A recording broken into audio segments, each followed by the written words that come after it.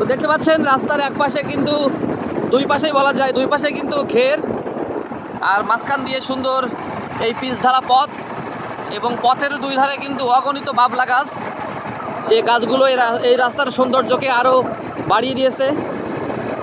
তো আমরা এই মুহূর্তে ব্যাংদোয়া থেকে আর 5 কিলোমিটার দূরে আছি।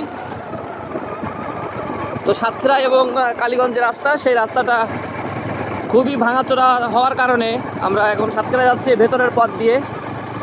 দেখুন কত সুন্দর অসাধারণ আমি বলি এটা শুটিং রোড পরিবেশ।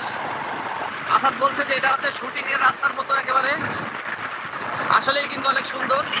এই দেখুন এপাশে ঘের, সাতক্ষীরার ঐতিহ্য সেই আপনার চিংড়ি মাছের যে ঘের সেগুলো দুই পাশে, আর মাঝখান দিয়ে এরকম রাস্তা কিন্তু খুবই মনোমুগ্ধকর। তো আমরা এখন সাতক্ষীরা যাচ্ছি মূলত আমাদের নলতার নাহার ক্লিনিকের পরিচালক আরিজুল ভাইয়ের যে অপারেশন হয়েছে সাতক্ষীরায়, সেই ভাইকে দেখতে আমরা যাচ্ছি। গত 2-3 দিন আগে উনি ব্যাডমিন্টন খেলার সময় পায়ে গুরুতর আঘাত পান এবং ওনার বোন ভেঙে যায়। তার অপারেশন হয়েছে ডক্টরস হসপিটালে, সেখানে আমরা এখন যাচ্ছি। তো এই রাস্তাটিতে কে কে এসেছেন এবং রাস্তাটি আপনাদের কেমন লাগে আপনারা কমেন্ট করে জানাতে পারেন এই রাস্তাটা সম্পর্কে। ধন্যবাদ সবাইকে।